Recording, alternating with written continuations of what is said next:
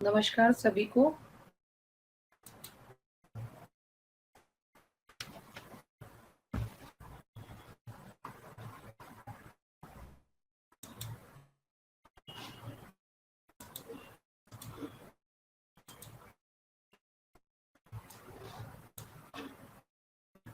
आज हम पढ़ेंगे अपना पाठ नंबर 29, आत्मत्राण रविंद्रनाथ टैगोर। प्रस्तावना। भारत की बहुत सी हस्तियों ने अपनी दिव्य दृष्टि से भारत को अपने आध्यात्मिक ज्ञान से विश्व गुरु बना दिया। श्री रविंद्रनाथ टैगोर उसी स्वर्णिम श्रृंखला की ज्वलंत कड़ी के प्रतिभाशाली व्यक्तित्व है। कलम के सिपाही टैगोर जी को सारा संसार जानता है। हर भारतीय एकल चलो रे गीत के कवि टैगोर जी को जनता जानता है। भारतीय समाज श्री रविंद्रनाथ टैगोर जी को राष्ट्रपिता महात्मा गांधी जी के समान मानता है। श्री टैगोर जी ने दार्शनिक, चित्रकार, कवि, मानवतावादी, कहानीकार तथा उपन्यासकार की अनूठी प्रतिभा के धनी हैं। इनका साहित्य के दर्शकों से हमारी युवा पीढ़ी का सही मार्गदर्शन कर भारत का सच्चे सुपूत बना है। आत्मत्राण कविता कवि गुरु रविंद्रनाथ टैगोर की बांग्ला भाषा में अनूठी रचना है। इसका अनुवाद हिंदी की महान विभूति श्री हजारी प्रसाद द्विवेदी ने की है। कवि परमपिता परमात्मा अभ्यर्थना करता है कि प्रभु उसकी विपत्तियों व कष्ट दूर करें, अपितु उसे उस विपत्तियों से संघर्ष करने की क्षमता करें। इस अध्याय में कविता का आत्मत्राण का अध्ययन करेंगे। अधिगम के उद्देश्य। इस कविता को पढ़ने के बाद आप मुसीबत के समय अपने पर विश्वास कर सकेंगे, अपने साथ साथ दूसरों के लिए मील का पत्थर साबित कर सकेंगे, मुसीबत पर भगवान पर अडिग विश्वास कर रख सकेंगे, अपने पर विश्वास लक्ष्य प्राप्ति में साधन बन सकेंगे। क्रिया कलाम। ये चित्र आत्मत्राण कविता के लिए सोपान पर ऊंचा उठाने के संबंधित है। आइए सर्वप्रथम संपूर्ण जागरूक करने वाली कविता को एक बार पढ़ते हैं। विपदाओं से मुझे बचाओ, विपदाओं से मुझे बचाओ, यह मेरी प्रार्थना नहीं। केवल इतना हो करुणामय, कभी न विपदा में पाऊं भय। दुखताप दुखताप से व्यतीत चित्त को ना दो स्थावना, नहीं सही, पर इतना होवे करुणामय, दुखों को मैं कर सकूं सदा जय। कोई कहीं सहायक ना मिले तो अपना बल पुरुष न मिले। हानि उठानी पड़े जगत में, लाभ अगर बचना रहे, तो भी मन में ना मानू शय, मेरा त्राण करो अनुदिन।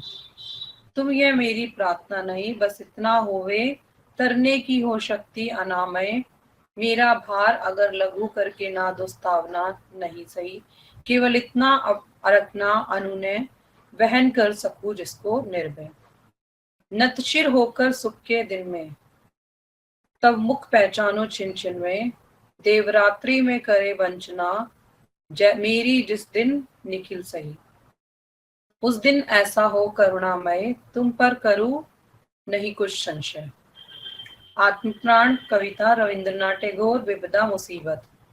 करुणामय सब पर दया करने वाला परमात्मा, दुखताप कष्ट की पीड़ा, व्यथित दुखी सहायक मददगार, पौरुष पराक्रम क्षय नाश करने वाला, त्राण निवारण, अनुदिन प्रतिदिन, अनामय स्वस्थ स्थावना देना, तसल्ली देना, संघर्ष करने का साहस, अनुनय विनय करना, नतशिर सिर झुकाकर, दुखरात्रि दुख से भरी रात, वंचना धोखा देना, निखिल संपूर्ण, संशय संदेह देना।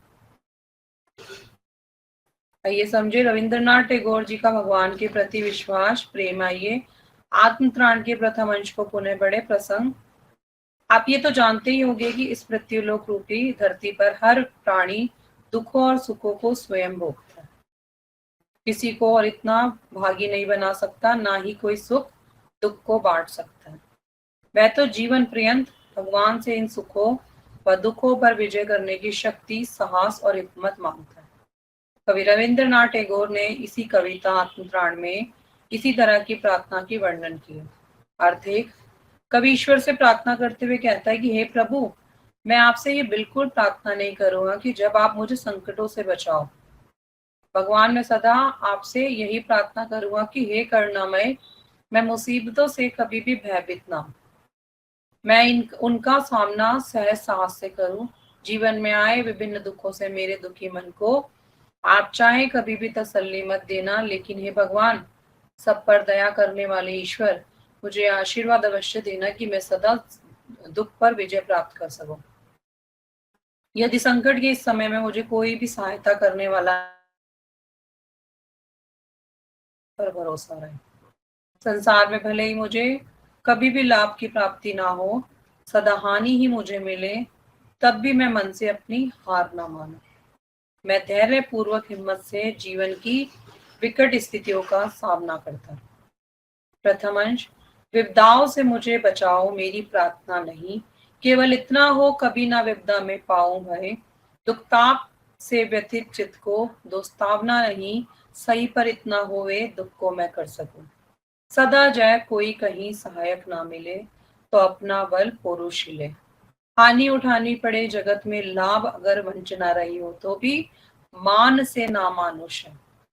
व्याख्या, कवि रविंद्रनाथ टैगोर भगवान से प्रार्थना करते हैं कि मैं मुझे उसे भय से मुक्ति दिलाएं, चाहे कितनी ही कठिन या विपरीत परिस्थितियां हो, मुझे कभी ना डर लगे, मेरी आपसे कभी भी आस्था कम ना हो। कुछ लोग तो एक पर परेशान हो जाते हैं कि ईश्वर हमारी सुनते ही नहीं है और हमारी आस्था उन पर डगमगाने लगती है। लोग क्या सोचते हैं कि ईश्वर ईश्वर यानी भगवान, भगवान तो हमारी बात ही नहीं सुनते, और हमारी आस्था किस पर डगमगा रही है? भगवान पर ना। हम जो सच्ची भक्ति करते हैं तो हम ऐसे ही तो बोलते हैं, पर जो भगवान है वो तो साक्षात आपकी बात को सुन रहे हैं ना। हमारे जीवन में दुख और तकलीफ आए तो आप चाहे मुझे ढाढ़स मत देना, हे भगवान आप भी मुझे दुख से दूर करने की हिम्मत दे। मुझ पर इतनी कृपा करे कि मैं दुख को, तकलीफ को अपने पास से हटा सकूं और उनका निवारण कर सकूं, उन्हें दूर कर सकूं। इतनी हिम्मत दो कि भगवान मुझे दीजिए, आई मुसीबत में मदद करने जाऊं, चाहे कोई हिम्मत दे दिलाने वाला हो या ना हो। मेरे अंदर की जो शक्ति है वो आत्मिक बल पुरुष घटने ना आए, और मेरे पास कोई सहायता करने वाला नहीं है तो आंतरिक शक्ति कम होने पर मैं भयभीत परिस्थिति में हारूं ना कभी। मुझे चाहे किसी भी चीज में, कार्य में लाभ या हानि उठानी पड़े, नुकसान उठाना पड़े, वो मुझे मंजूर है। लाभ नहीं होता वो भी मुझे मंजूर है, हानि हो रही है मैं उसके लिए भी तैयार हूँ। इन दोनों परिस्थितियों में प्रभु आप मुझे इतनी कृपा रखना कि मैं अपने जो अंदर की जो शांति को खोने ना पाऊं। मुझे क्या बनाओ? मजबूत बनाओ, आत्मिक बल देकर सक्रिय बनाओ। क्या आप बता सकते हैं कि कवि के इस कथन के पीछे क्या अभिप्राय है? जी हाँ, यह अभिप्राय है कि तीन अलग अलग चीजों से विपदा, जब दुख आए तब सहायता ना मिले, हानि और लाभ के बारे में। ये तीनों दृष्टिकोण के कविता में मिलाना नहीं, अलग अलग बताना होगा। कवि ने जो चीज ईश्वर से मांग रखी है, वह जो नहीं मांग रही है, इसकी व्याख्या हर जगह अपनी हिम्मत शांति की कल्पना कवि ने की। कवि को विश्वास है कि ईश्वर अपना उनका मन नहीं तोड़ेंगे और आग्रह पर कृपा दृष्टि करेंगे, आशीर्वाद देंगे। कवि ईश्वर से प्रार्थना करते हैं कि रीति का मनन भी करे, और पाया है कि ईश्वर जो भी मन को पना लेता है, कवि कहता है कि ईश्वर पर विश्वास करना डावाडोल नहीं है और ना उनके सामने कभी मुंह खोला है। शिष्टाचार की परंपरा का निर्वाह किया, ईश्वर के सामने जो भी है उनके सामने मुंह खोलकर उनका अनादर करना। रविंद्रनाथ टैगोर ने कभी नहीं प्रार्थना की है, कभी तो ईश्वर की प्रार्थना के लिए जूझने पर विजय, धैर्य, बल, आत्मा, आस्था मांगता है। आगे की पंक्तियां हैं, देखिए प्रसंग। उपयुक्त पंक्तियां जो है कवि रविंद्रनाथ टैगोर की कविता आत्म प्राण से ली गई। इसमें कवि चाहता है कि चाहे उनके जीवन में कष्टों का सामना करना पड़े, उनसे निपटने के लिए भगवान उनके अंदर क्या दे? शक्ति, साहस, इन चीजों का आशीर्वाद दे। अर्थ, मैं कवि से कहता हूँ कि मैं प्रभु आपसे प्रतिदिन ये प्रार्थना नहीं करूंगा कि आप मुझे आश्रय दें, मेरे भय को दूर करें। हे करुणा करने वाले प्रभु, मैं आपसे बस इतनी विनती करूंगा कि मुझे स्वस्थ रखना, ताकि मैं संसार में सभी कार्यों को पूरी अच्छी तरह से सफलतापूर्वक कर सकूं। हे ईश्वर, आप मेरा भार व संकटों को कम करके भले ही मुझे तसल्ली ना दो, हे ईश्वर, मुझ पर इतनी कृपा अवश्य रखना कि मैं बिना किसी भय से हर स्थिति का मुकाबला कर सकूं। मैं सुखों में हर क्षण में आपका स्मरण करूं और दुखों से भरी रात्रि में धरती पर तकलीफ और धोखा मिलने पर भी करुणामय आप पर विश्वास रखूं। मेरा जो प्रण है वो निष्ठा और अटूट है।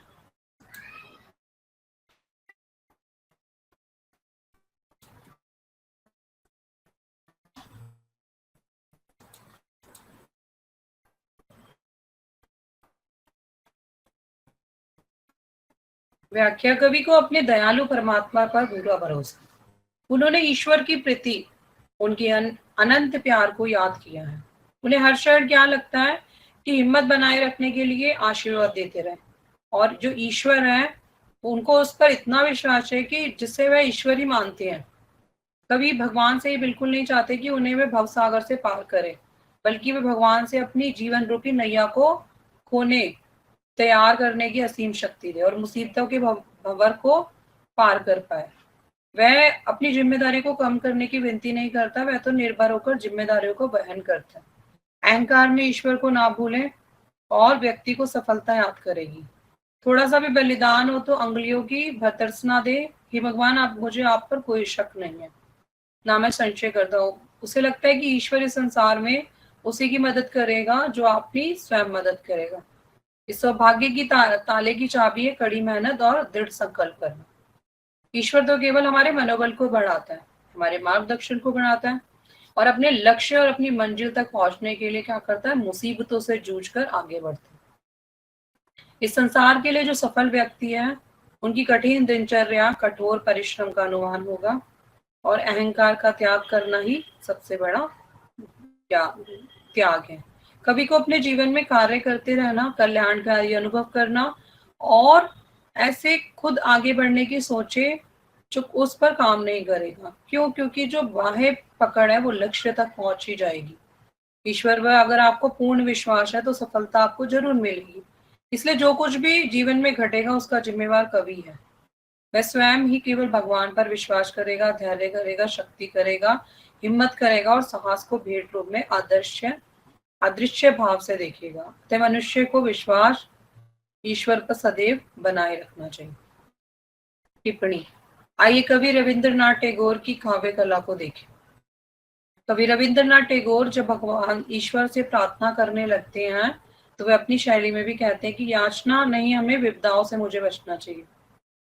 ये मेरी प्रार्थना नहीं है, उनके हृदय में जो भी है वह उसको हिम्मत और ढाढ़स मांग रहे हैं। वे कृपा जो है ईश्वर के प्रति आस्था है, विश्वास है, अनुप्रास और रूपक अलंकार की निकटता देखते हैं। कोई सही सहायक ना मिले, दुखताप से व्यथित है।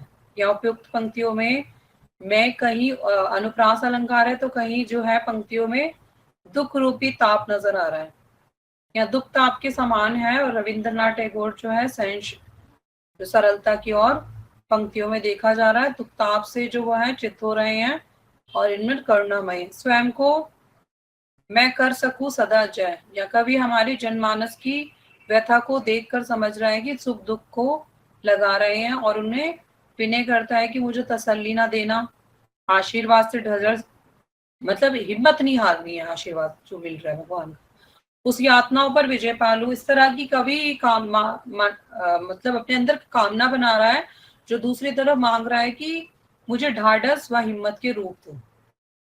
कवि का ईश्वर पर विश्वास है कि संशय नहीं, वह प्रार्थना करेगी कि भगवान उसकी सहायता करता रहेगा। भगवान पर उसे पूर्ण विश्वास और शांति देगा। उस दिन ऐसा हो करना मैं तुम पर करुणा करूं और तुम संशय हो। अंतिम दूसरे पद्यांश की पंक्तियां हैं, दोनों यहाँ पर स्पष्ट करते कि हे ईश्वर, अगर आप मेरा भार व संकट कम करके भले ही मुझे तसल्ली दें, केवल कृपा जो है वो अवश्य ही होगी, निडर होगी, खतरनाक परिस्थितियों में सामना कर सकूं, आपकी इतनी कृपा हो। मेरा भार अगर लघु करके ना दो स्थावना सही सही, केवल इतना रखूं अनुनय, वहन कर सकूं इसको निर्भय। ऐसी स्थिति में कोई भी डगमगा जाता है। कभी तो कहता है कि इस पर विश्वास करना कोई कारण नहीं है। कवि रविंद्रनाथ टैगोर की कविता आत्मप्राण का महान संदेश है। हमारे लिए जीवन में आने वाले विभिन्न दुखों, तकलीफ जो भी आ रही है उससे जूझने पर विजय प्राप्त करने के लिए ईश्वर हमें बल दे, धैर्य दे और आस्था दे।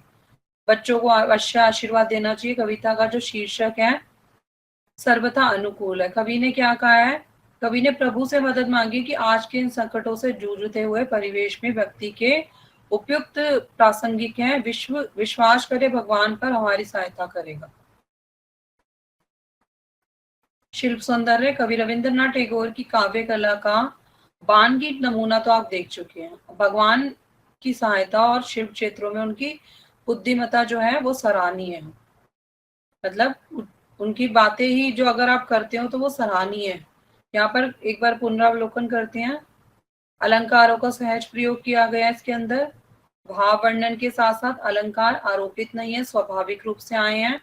इन्हें जबरदस्ती यहाँ पर बिठाया या लगाया नहीं गया। जैसे विपदाओं में मुझे बचा लो, ये मेरी प्रार्थना नहीं, सबकी प्रार्थना है। कवि यहाँ याचना करता है अपितु हिम्मत और ढाढ़स मांग रहे हैं। एक और उदाहरण है, कोई कहीं सहायक ना मिले, कोई कहीं सहायक ना मिले। इसमें कहीं में का की वर्ण की आवर्ती हो रही है, तो अनुप्रास अलंकार का सहज सौंदर्य है, जिसमें कभी सहज सौंदर्य के रूप में निपुण है। तो देखिए का वर्ण की जो आवर्ती, एक ही वर्ण की आवर्ती बार बार होती है, तो कौन सा अलंकार होता है? अनुप्रास। नदात्मक, नदी के नहीं के अर्थ वाला, कोई भी सहायक हो जिसे पंक्ति में ना नहीं का उपयोग किया गया। बोली लिव, बोली क्या है? कवि ने खड़ी बोली का प्रयोग कर कविता आत्मत्राण को सरस व भावपूर्ण बनाया है, जिसमें तत्सम शब्दों की अधिकता है। इसकी घटा जो है वो नजर आ रही है। मुक्त छंद में रची है आत्मत्राण कविता, जो शिल्प सौंदर्य पर खरी उतरती है। भाषा खड़ी बोली का प्रयोग है, जो सहज सरल जीवन में भावयुक्त के साथ साथ भावानुकूल और प्रभावमय से युक्त है। छंद, इससे अभिप्राय है उद्देश्य में प्रयोग। कवि रविंद्रनाथ टैगोर शब्द में सर्वाधिक प्राय बोलचाल की भाषा का प्रयोग किया गया है। इससे कविता अधिक श्रोताओं की समझ आ रही है और इसमें अर्थ की गंभीरता स्पष्ट नजर आ रही है। तुम पर करूं नहीं कुछ संशय, सीधी साव खड़ी बोली। रविंद्रनाथ टैगोर ने आत्मत्राण कविता की रचना का अनुवाद हजारी प्रसाद द्विवेदी ने खड़ी बोली में किया है। इनकी बहुत सी सरल व स्वभाव सहज शब्दावली युक्त है, जैसे मेरा त्राण करो अनुदित, ये कोरी प्रार्थना नहीं। भक्ति रस, आत्मत्राण में भक्ति की गई है और इसमें आत्मत्राण को भगवान ने ढाढ़स हिम्मत आदि मांगने के लिए किया है। सुख में ईश्वर जो है पहचानो, इसका स्मरण करो, नतशिर होकर सुख के जीवन में मुख पहचानो छिन छिन। और इस रविंद्रनाथ टैगोर जो कविता है, रविंद्रनाथ टैगोर का शिल्प सौंदर्य इनके द्वारा रचित आत्मत्राण में कूट कूट कर भरा हुआ। चलिए आगे बढ़ते हैं, आइए आगे पढ़ते हैं।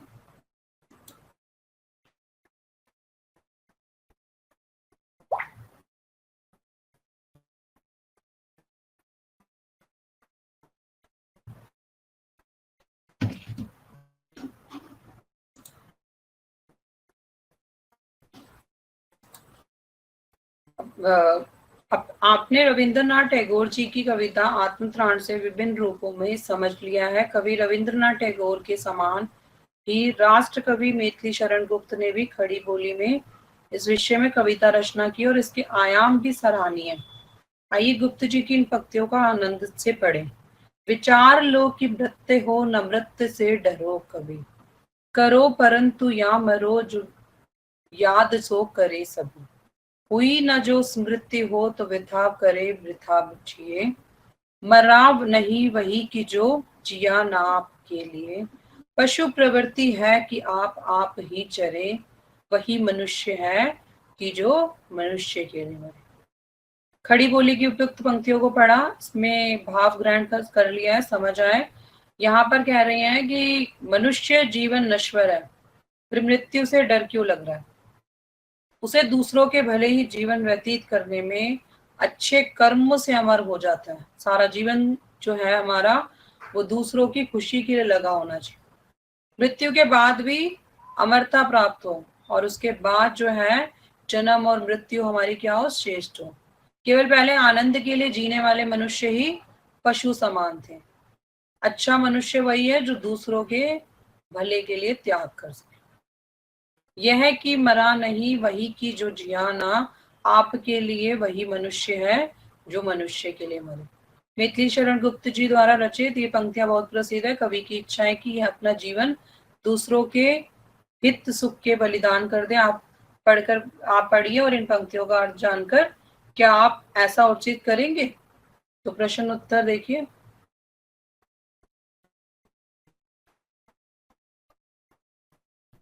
आगे चलते हैं, संक्षिप्त बिंदु। कवि रविंद्रनाथ टैगोर ने कविता आत्मत्राण बांग्ला भाषा में रची है। इन्हीं के शिष्य जो थे वो हजारी प्रसाद द्विवेदी जी ने इनका हिंदी में अनुवाद किया। अन्य भाषाओं में कवियों में विशेष प्रतिभा और भाषा पर अधिकार होता है।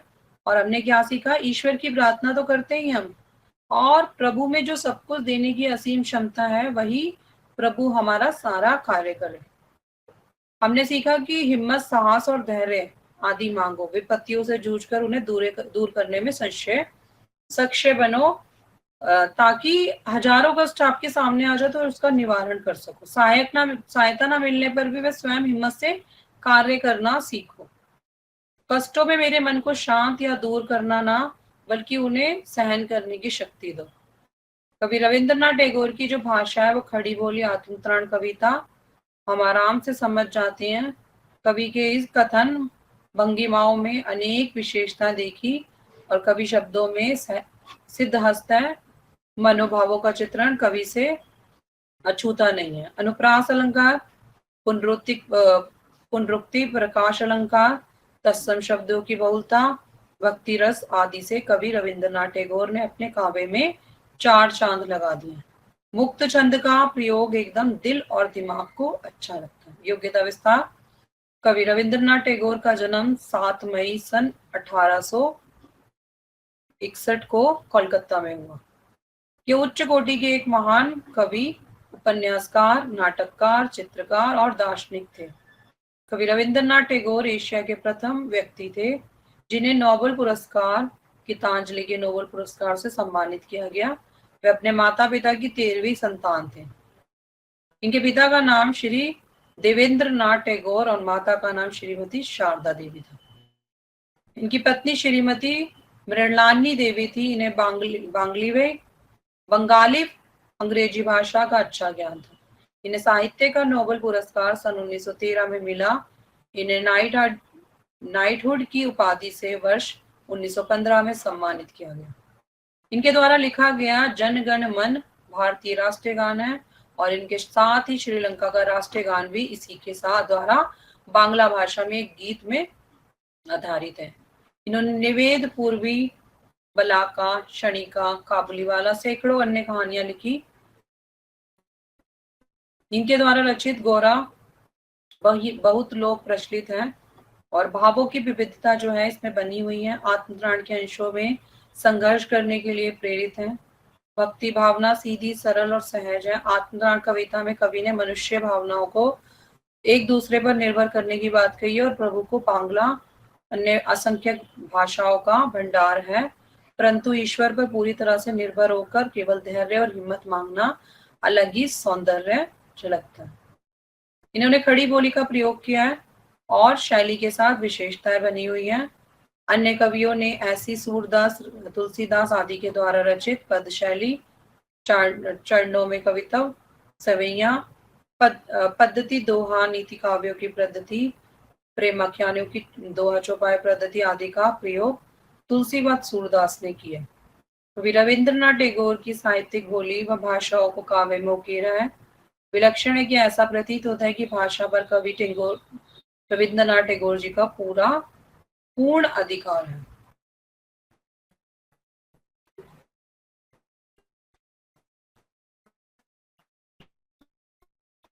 तो प्रश्न उत्तर है, आत्मत्राण कविता के शीर्षक की सार्थकता पर स्पष्ट करते हैं। तो देखिए उत्तर।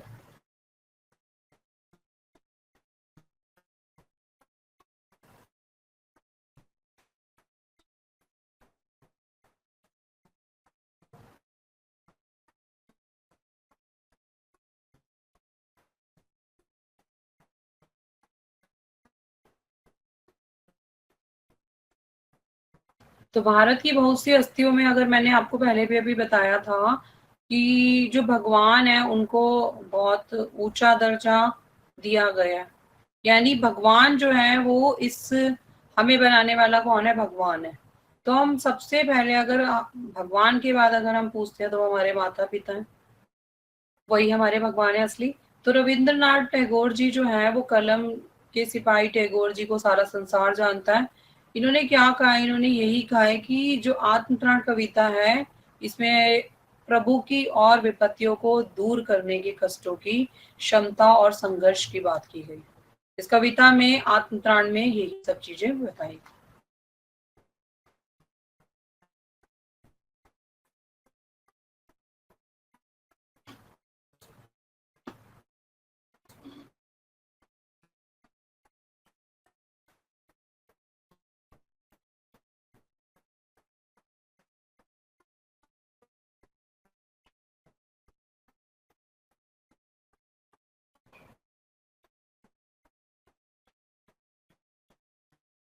देखिए अगला क्वेश्चन,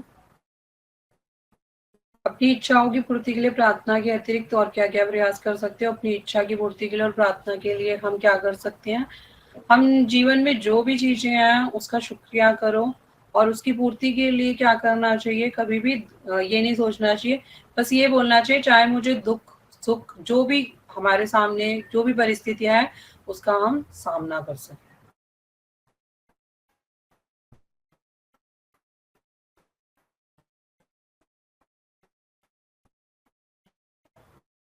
तो ये था हमारा पाठ। अब एक बार मैं आपको इसकी पुनरावृत्ति स्टार्टिंग से करा देती हूँ, शुरू से। पहला हमारा जो पाठ था वो था मूल्य, प्रज्ञा और ज्ञान शिक्षा का परम उद्देश्य। तो ज्ञान शिक्षा का जो परम उद्देश्य था वो परीक्षा से भले ही, लेकिन इसमें बात की गई थी प्रमाण पत्र और डिग्री अर्जित करने वालों। परीक्षा उत्तीर्ण व्यक्ति कौन है? जो शिक्षित व्यक्ति है। कुछ लोग क्या करते हैं, शिक्षा की जानकारी प्राप्त करने के लिए क्या करते हैं, परीक्षा उत्तीर्ण करने की आवश्यकता होती है और सूचना देने के लिए वे संदर्भ में एक ही परीक्षा उत्तीर्ण करते हैं। इसलिए मात्र पाठ्यक्रम तक ही वो क्या होते हैं, सीमित होते हैं। इस महत्वपूर्ण अपेक्षाओं द्वारा सीमित है और ज्ञान जो है वास्तव में किसी प्रकार की शिक्षा का अंत नहीं करता। सार्वभौमिक और शाश्वत मूल्य, तीन प्रकार के हमने शाश्वत सार्वभौमिक मानवीय मूल्य सीखे हैं। सत्यम शिवम सुंदरम, सत्य सौंदर्य और अच्छाई, ईश्वरतम, किसी मनुष्य ने तीनों मूल्यों की तलाश की है और अर्थ स्थान और काल में अलग हो सकता है। दर्शन शास्त्र की मुख्य शाखाएं तीन मूल्यों पर आधारित है। तस्यम शिवम सुंदरम की जो जड़ें हैं वो सबसे ज्यादा मजबूत है। सौंदर्य और अच्छाई ईश्वर तक के रूप में माना जाता है। तत्व मीमांसा, ज्ञान मीमांसा, तर्क, नैतिकता, सौंदर्य शास्त्र, इसके बारे में इसमें बताया गया है। तो जो पहले तीन यानी तत्व मीमांसा है वो ऑन्टोलॉजी, ज्ञान मीमांसा और तर्क सत्यम शिवम की खोज करता। चौथा क्या है हमारा, नैतिक शिवम या अच्छाई की खोज करता। और पांचवा सौंदर्य शास्त्र यानी सौंदर्य की अवधारणा करता है।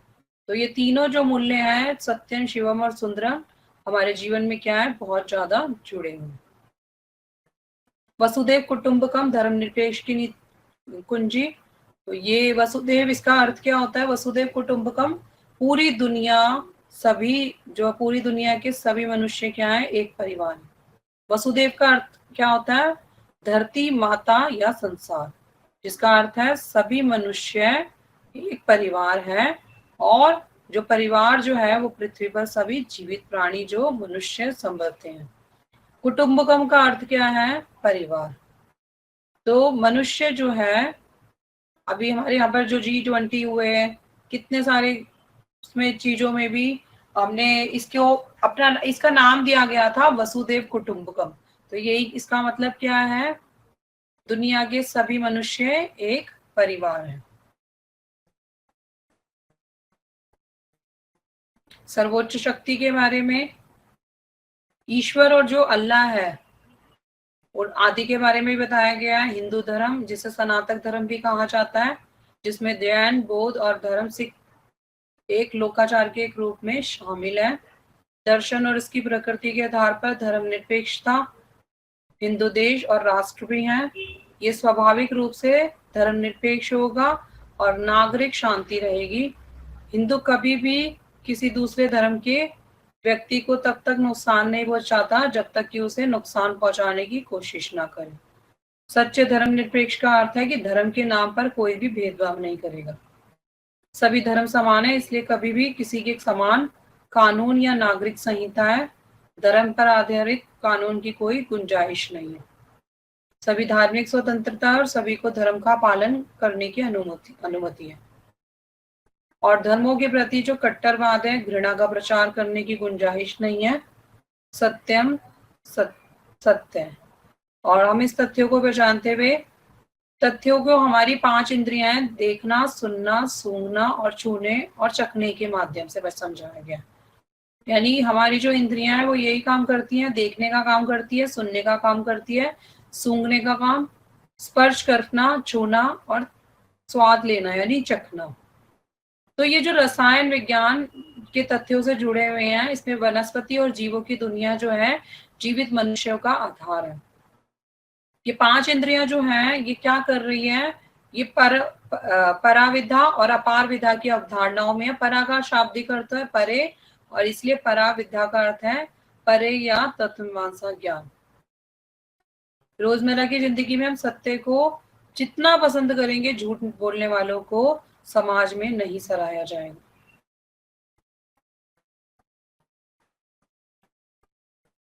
शिवम अच्छाई देव शक्ति, जैसे कि हम खोज रहे हैं, अच्छाई ईश्वर की तलाशता में है। बचपन से ही अच्छा बनना चाहिए और अच्छे व्यक्ति कहलाना चाहिए। एक अपराधी भी कार्य को सही ठहराने की कोशिश करेगा और ये साबित करने की कोशिश करेगा कि वह अच्छा है या बुरा है।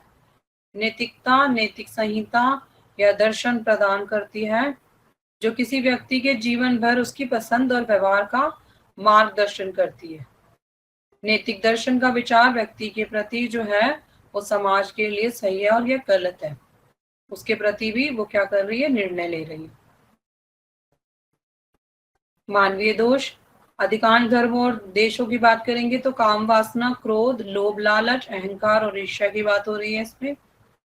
विवेक बिना काम का धन, विवेक के बिना आनंद, मानवता के बिना विज्ञान, चरित्र के बिना ज्ञान, सिद्धांत के बिना राजनीति, राजनीति के बिना वाणिज्य, स्वार्थ त्याग के बिना पूजा। तो ये हमारे थे सारे मानवीय दोष।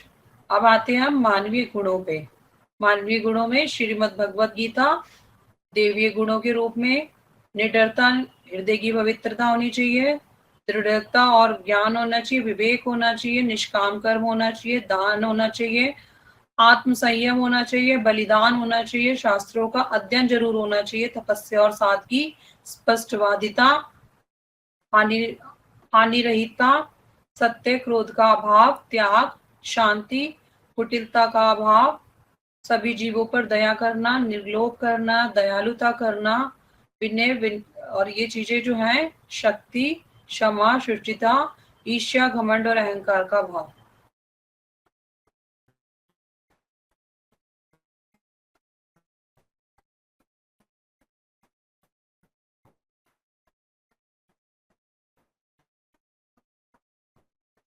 ज्ञान के विषय में अनुशासन, तो ज्ञान अनुशासन में क्या आएगा, मौलिक विषय, अनुप्रयुक्त विषय।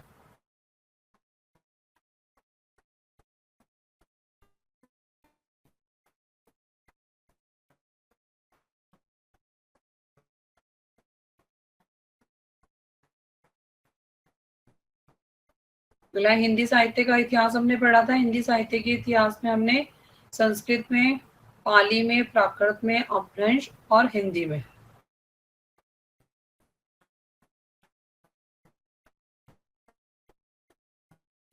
तो हिंदी भाषा इसमें क्या करेंगे, हिंदी के साहित्य में प्राचीन हिंदी, मध्यकालीन हिंदी, आधुनिक हिंदी, आदिकाल और वीरगाथा काल। हिंदी साहित्य के इतिहास को जब वर्गीकृत किया गया तो हिंदी साहित्य का पहला काल अलग अलग विद्वानों ने आदिकाल को अलग अलग नामों से पहचाना है। उदाहरण के लिए मिश्र बंधु प्रारंभिक काल, आचार्य रामचंद्र शुक्ल ने आदिकाल या वीरगाथा काल का है डॉक्टर राम कुमार वर्मा, संधि काल एवं चारण काल आचार्य हजारी प्रसाद द्विवेदी, आदिकाल और आदिकाल की समय सीमा 1000 ईस्वी से 1350 ईस्वी मानी जाती है।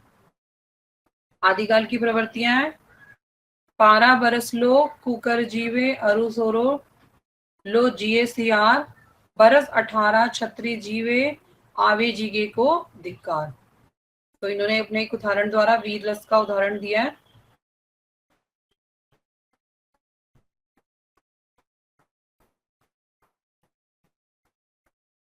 इसका वर्गीकरण किया गया आदिकाल साहित्य की रचनाओं का, सिद्ध साहित्य, जैन साहित्य, नाथ साहित्य, रासो साहित्य, लौकिक साहित्य और गद्य साहित्य में रखा। पूर्व मध्यकाल या भक्ति काल में ज्ञान मार्ग की शाखा, प्रेम मार्ग की शाखा, राम भक्ति शाखा और कृष्ण भक्ति शाखा। ज्ञान मार्ग की शाखा जो है वो संत काव्य धारा भी कहा जाता है इसे, जैसे कि नाम से स्पष्ट है। ज्ञान मार्ग की शाखा में ज्ञान को महत्व दिया गया है, ज्ञान का प्रकाश गुरु के माध्यम से फैलाया जाता है और ज्ञान मार्ग की जो शाखा है वो गुरु के महत्व पर बल देता है। इसके साथ ही साथ 12 शिष्य हैं, कबीर भी इनमें से एक है। ज्ञान मार्ग की शाखा की विशेषताएं हैं, ज्ञान के माध्यम से ईश्वर जो है ईश प्राप्ति पर बल देता है, गुरु के महत्व की महिमा, बाह्य आडंबरों का विरोध करना, जाति प्रथा का विरोध करना, छुआछूत का विरोध करना, धार्मिक कर्म कांडों में अविश्वास रखना, रहस्यवाद की प्रधानता, समाज सुधार का लक्ष्य करना। प्रेम मार्गी शाखा जो है वो क्या है, प्रेमाख्यान शाखा, प्रेमशयी शाखा, सूफी काव्य धारा भी कहा जाता है, भक्ति काल की निर्गुण शाखा के अंतर्गत यही है। सूफी कवियों ने अपने ग्रंथों में कथात्मक तत्वों को प्रमुखता दी है और उसके निवारण में उन्होंने अतिशोक्तिपूर्ण वर्णन को महत्व दिया है। इसकी विशेषता है प्रेम की प्रधानता, विरह की मार्मिक स्तुति, अलौकिक प्रेम की व्यंजना, धार्मिक उदारता को श्रेय दिया है, प्रतीकों के माध्यम से वर्णन किया है, मसनवी शैली का प्रयोग किया है। तो ये सारी चीजें इसी के अंतर्गत आएगी। राम भक्ति शाखा में राम जो भक्ति काल की सगुण धारा के राम के उपासक कवियों को राम भक्ति शाखा में समाहित किया गया। इन कवियों ने श्री राम को उपास्य मानकर रचनाओं को आकार दिया और इसमें भक्ति को आधार बनाकर भक्ति के महत्व को प्रतिपादित किया। रामानंद, तुलसीदास, अग्रदास, नरहरिदास राम भक्ति के प्रमुख कवियों की श्रेणी में आते हैं। लोक कल्याण की भावना पर बल, श्री राम और उनके जीवन प्रसंगों के माध्यम से आदर्श की स्थापना, प्रेम और श्रद्धा का समन्वय, प्रकृति के विविध रूपों का मनोहारी चित्रण, विरोधों का सामंजस्य करना, उदारवादी दृष्टिकोण, दास्य भाव की भक्ति, गुरु महिमा का गुणगान। तो राम भक्ति शाखा की रचनाएं हैं, सेवक सेवक भाव बिनु भव ना तरियु उर्गारी, भजहु राम पद पंकज अस सिद्धांत विचारी। तो कृष्ण भक्ति शाखा में सगुण भक्ति धारा की और कवियों ने काव्य के लिए श्री कृष्ण को स्थान दिया। मैया कबहु बढ़ेगी चोटी, किति बेर मोही दू मैया कबहु बढ़ेगी चोटी, किति बेर मोही दूध पियत भई ये अजहू छोटी। ये आज भी छोटी है और माँ तो मुझे अपनी माँ से शिकायत कर रही है, कृष्ण भगवान माँ यशोदा से, तुम मुझे दूध पिलाती है और कहती है तेरी चोटी बड़ी हो जाएगी बलराम भैया की तरह, पर वो तो अभी भी वैसी की वैसी है। पूर्व मध्यकाल और रीतिकाल में रीतिकाल काव्य को 3 भागों में बांटा गया, रीतिबद्ध काव्य, रीति मुक्त काव्य और रीति सिद्ध काव्य। रीतिकाल का विशिष्ट है रीति निरूपण की प्रवृत्तियां, आत्म प्रदर्शन की भावना, दरबारी काव्य, रीति ग्रंथों की रचना, श्रृंगारिक रचनाओं की बहुलता, आश्रयदाताओं की प्रशंसा, नायक नायिका का भेद,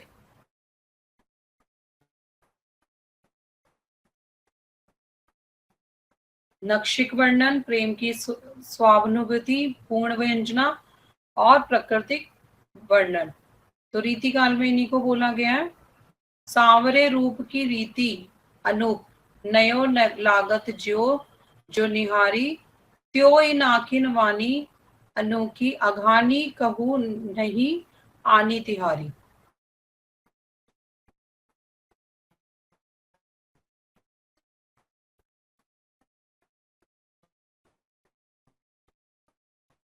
अगला पाठ है पाठ नंबर 3, हिंदी साहित्य का इतिहास। पुनरावलोकन कराती हूँ मैं इसका आपको।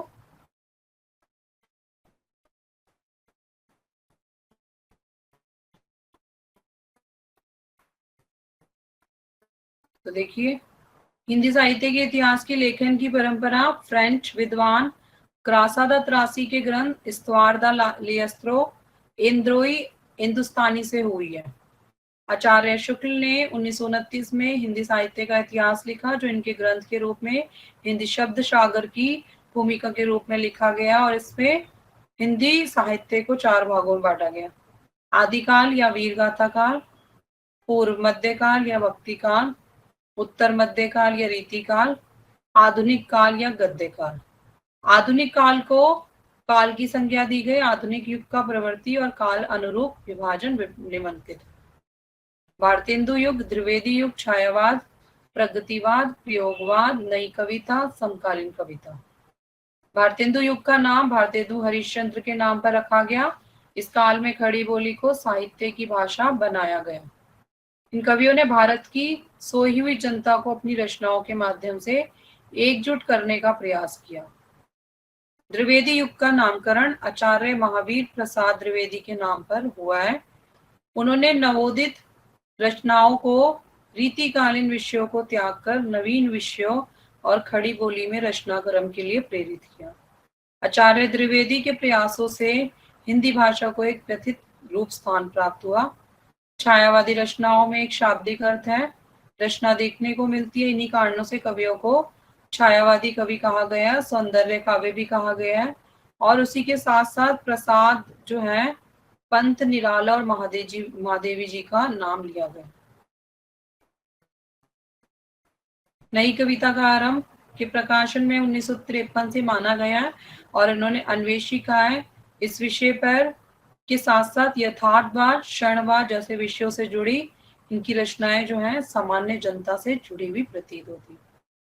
नई कविता के बाद जो है बहुत प्रमुख विचारधाराओं का अध्ययन दृष्टि समकालीन कविता के अंतर्गत किया गया, और जो कविताएं हैं जीवन की वास्तविकता और सामाजिक मान्यताओं परंपराओं को मोह भंग से जैसे विषयों को अपने काव्य में अभिव्यक्त प्रदान किया।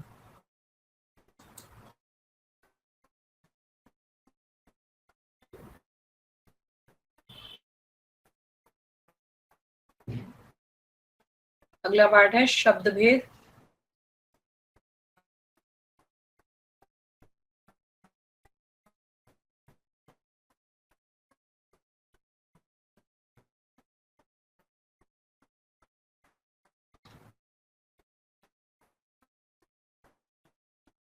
तो शब्द भेद में आएंगे संज्ञा, सर्वनाम, विशेषण। शब्द भेद में अर्थ के आधार पर एकार्थी, अनेकार्थी, पर्यायवाची और विलोम शब्द आते हैं। उत्पत्ति के आधार पर क्या आते हैं? तत्सम, तद्भव, देशज और विदेशी शब्द। एकार्थी शब्द जिन शब्दों में एक ही अर्थ का बोध होता है। अनेकार्थी जिनमें एक से अधिक अर्थों का बोध होता है। पर्यायवाची जिन शब्दों के अर्थ में समानता होती है। विलोम शब्द जो शब्द विपरीत भाव प्रकट करते हैं। तत्सम शब्द जिन शब्दों को संस्कृत से हिंदी में ज्यों का त्यों बिना किसी परिवर्तन के प्रयोग किया गया। तद्भव शब्द वह शब्द जिनका संस्कृत से हिंदी में प्रयोग करते समय समान रूप से परिवर्तन हो रहा। देशज शब्द इस शब्द के प्रकार हिंदी के निजी शब्द हैं जिनके उद्गम का पता नहीं है, उन्हें देशज या विदेशी शब्द कहते हैं। विदेशी शब्द जो शब्द हिंदी में अन्य भाषाओं से विदेशी लोगों से संपर्क के कारण प्रयोग में लाए गए और एक दूसरे में ग्रहण कर लिए गए हैं, जैसे कॉलर, कॉलेज, नर्स, स्टेशन, बुखार, पटाखा, टेलीफोन इत्यादि। बनावट के आधार पर रूढ़, यौगिक और योग रूढ़ वह शब्द जो किसी अन्य शब्द के योग से नहीं बना और टुकड़े करने पर कोई अर्थ नहीं निकलता। यौगिक शब्द योग का अर्थ यानी जोड़ना और मिलाना। जो शब्द अन्य शब्दों को मिलाने से बनते हैं उन्हें योग शब्द कहते हैं। योग रूढ़ शब्द वह शब्द जो योग होते हुए भी किसी विशेष अर्थ को प्रकट करते हैं, जैसे दशानन और पीताम्बर। व्याकरण के आधार पर विकारी और अविकारी। विकारी वह शब्द हैं जो रूप परिवर्तन होते हैं, विकारी शब्द कहलाते हैं, जैसे घोड़ा, तुम, कमरा, लड़का आदि। अविकारी शब्दों का रूप नहीं बदलता। तेज की तेज और नित्य अविकारी शब्द हैं। क्रिया विशेषण समुच्चय बोधक, संबंध बोधक और विस्मयादि बोधक। संज्ञा क्या है? किसी व्यक्ति, वस्तु या स्थान के भाव को संज्ञा कहते हैं, जैसे नरेंद्र, मेज, कुत्ता, मेरठ आदि। जातिवाचक संज्ञा व्यक्तिवाचक और भाववाचक। जाति में किसी जाति का बोध किया जाए, जैसे पुस्तक, पर्वत, नगर, स्त्री, पुरुष आदि। व्यक्ति में किसी व्यक्ति विशेष के बारे में बात की जाए, जैसे दिल्ली, कुतुब मीनार, कबीरदास, कुर्सी, रामचरितमानस, ताजमहल। और भाव में जिन शब्दों में किसी भाव या गुण की स्थिति का ज्ञान हो, जैसे प्रसन्नता, बचपन, भोलापन, लंबाई, चौड़ाई, गर्मी, सर्दी इत्यादि।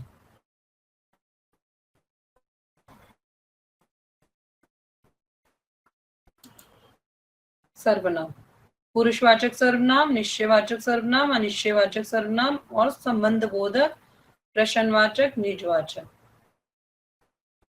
तो पहला है पुरुषवाचक। जो सर्वनाम शब्द तीनों पुरुषों का बोध करते हैं उसे हम क्या कहते हैं? पुरुषवाचक।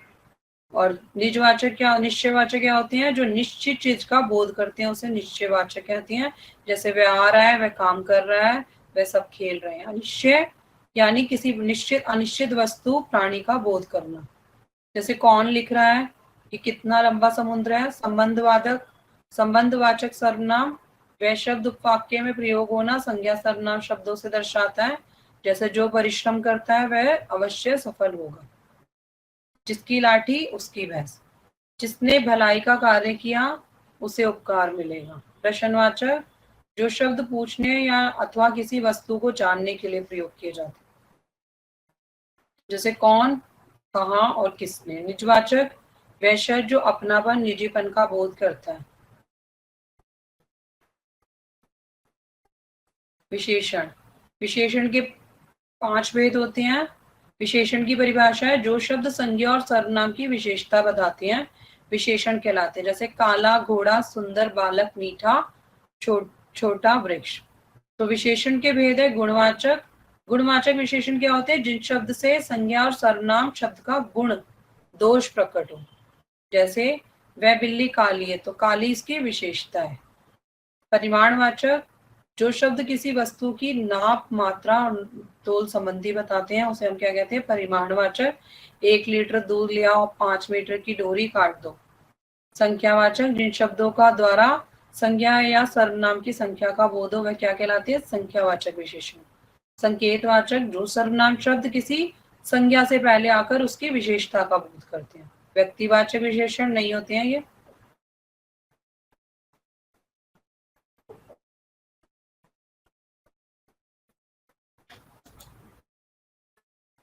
तो यहाँ तक आपको समझ आ गया होगा। पूरा हमारा ये पार्ट तो खत्म हो गए, इसकी पुनरावृत्ति में 4 चैप्टर तक आपको समझा भी दिए, अच्छे से समझ आ गई होगी। पार्ट सारे हो गए हमारे।